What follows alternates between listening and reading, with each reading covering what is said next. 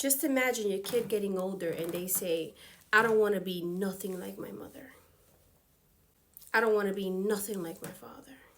I want to be so different from them. Just thinking about it, it's horrible, right?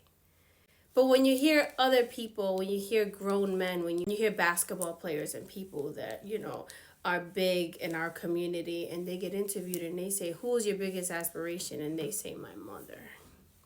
They say, my father. How did you learn to treat a woman? I grew up watching my father treat my mother like a queen. That's why I treat my woman like a queen.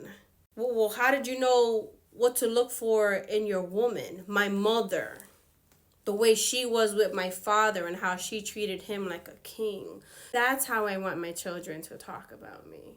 So if I want that, I gotta work really hard right now, from the moment that they were born all the way till my last breath in this earth, is to make sure that my children view me as a person they want to be like, that they want to mimic, that they want to be better than.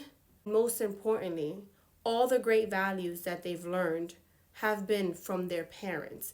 And me as a mom, it was very important to pick the right person for me, the person who's standing beside me, the person who would treat them like queens, and then my son now a king. We can pick the guy we want to be with.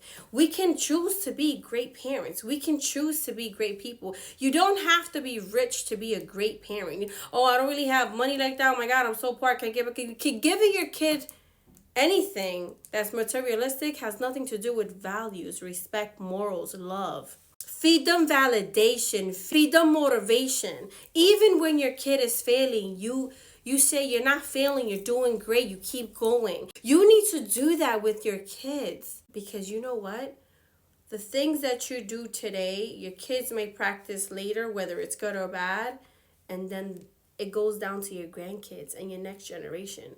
So how you want your family to grow, and how you want grandma, the OG, which is you, to start her family, and what she did and how you want them to trickle down and have their family, is important. If you're going to go ahead and continue to make the same mistakes and do the same old things and have the same old habits and that your mom and your grandma did and what they did, and what are we doing?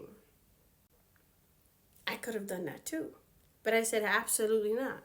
I don't want that.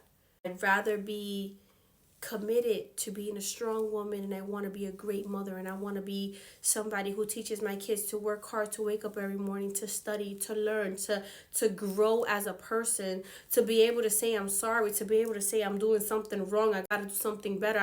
But in one future, I do want my children to repeat to other people, I look up to my mother. Who's your biggest hero? Can you imagine hearing your kid saying my mom or my dad? That's good enough for me, because I picked a dad. That's okay. I made the right choice by picking a good dad for my child.